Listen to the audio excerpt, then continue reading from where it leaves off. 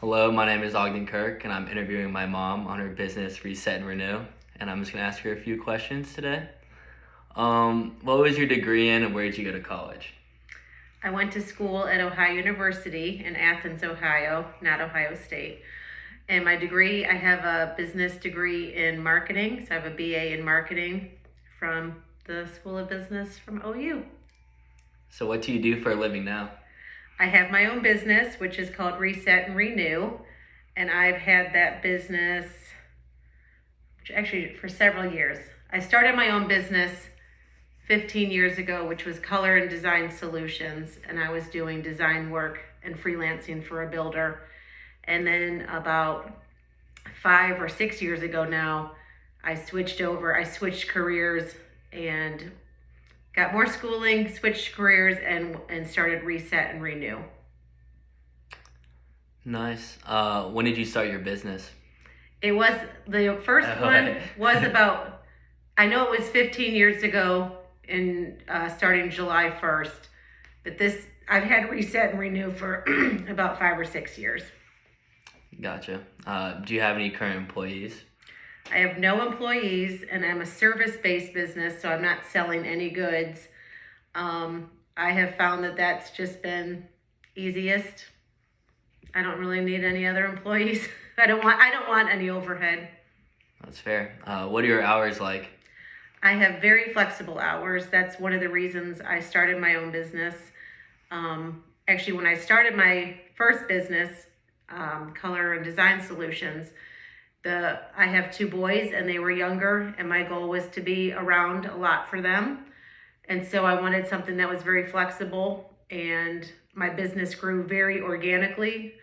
When I first got out of college, I was working at Sherwin-Williams, and I got into the management position and their management training program, which honestly made having my own business a lot easier because I had to manage that store, go over profit and loss statements. I did have employees for that, but it gave me a lot of great customer experience. And so I quit that job to stay at home with my oldest son, and then started very organically doing the design business, and then realizing I could make that a business and make money. But I loved my flexible hours, so I tried to work when the boys were at school. So very flexible hours. It could be, and it was very part-time. I would say my hours kind of go around 20 to maybe 30 hours a week.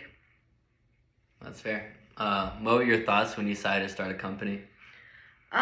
For me, it was really organic just because working at Sherwin-Williams, I was already doing paint color consulting, and I worked my way, I was with them for almost 5 years and worked my way up to a manager position where I was actually at a design store.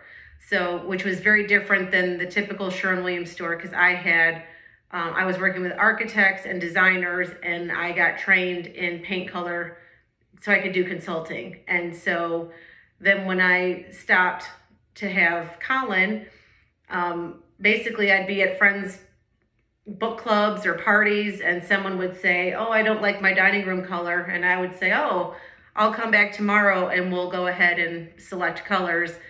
And literally just word of mouth, I started doing more and more of these small jobs. And so much so that by the time we moved to Winston, I realized I could make it a business and kind of start fresh.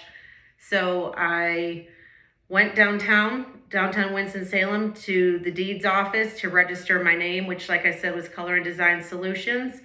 Once I registered my name, I went to Social Security and got an EIN number, an employee identification number. Once I had that number, I went to the bank so I could open up my own checking account and associated just with my business, and basically made up business cards and started a lot of word of mouth.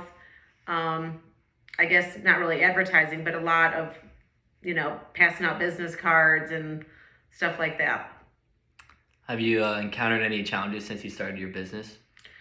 I think time management is always a struggle for anybody. You want to be available for customers and clients, and I think setting boundaries, like healthy boundaries of trying to work a more 9 to 5, but being flexible. So it's not like I keep really rigid with the 9 to 5 hours, but just, I guess, setting the boundaries, because nowadays with technology, with all the cell phones and even social media, it's like people want you right away. It's like I'll get a text at like 10 o'clock at night with a quick question or a follow-up of something, and that customer service part of me wants to like answer right away and be as helpful as I can, but you kind of realize that you can burn out really quickly and I feel like when I get out of balance, I get like almost like I feel burned out and almost used, and you have to be really careful of just balancing that time, setting good boundaries, setting even boundaries for yourself and your own health, because I started forfeiting any of my health classes. Like, for instance, I would try to go to yoga in the morning before I even started work. And before I knew it, people were reaching out earlier and earlier and earlier. Oh, can you just come in and check this before you even start work? And so I think challenges have been time management and really healthy boundaries for myself as well as my clients. How hard was it to start a business? It wasn't too hard in the beginning, just because a lot of it was coming up with the name, starting the checking account, and then getting the business cards. I do think if this was a full-time business with employees, I'm sure it would be a lot more difficult. There's actually a local school here, Forsyth Tech, that had a great, just kind of like a refresh course to just, get your business up and running. And it had been a while since I had graduated from college, and I feel like that was really helpful to take because they gave great tips. I remember mileage, I can track my mileage, but they said you can't just write down 10 miles. You'd have to write down your odometer before and after, and that equals 10 miles. So just little things like that to make sure the checks and balances, that I was running a legit business, that I wouldn't get audited. I'm very organized, so it was easy for me to keep good paperwork and notes, like keeping like all my receipts and having a system for all of that. I would say you could kind of just get started and you're going to learn a lot really quickly, but I also wanted to make sure it was very legit. And like I said, getting the EIN number and checking account and stuff like that. Well, that's all the questions I have for you today. I appreciate you coming out here and doing this. Thanks for having me. Yep, of course.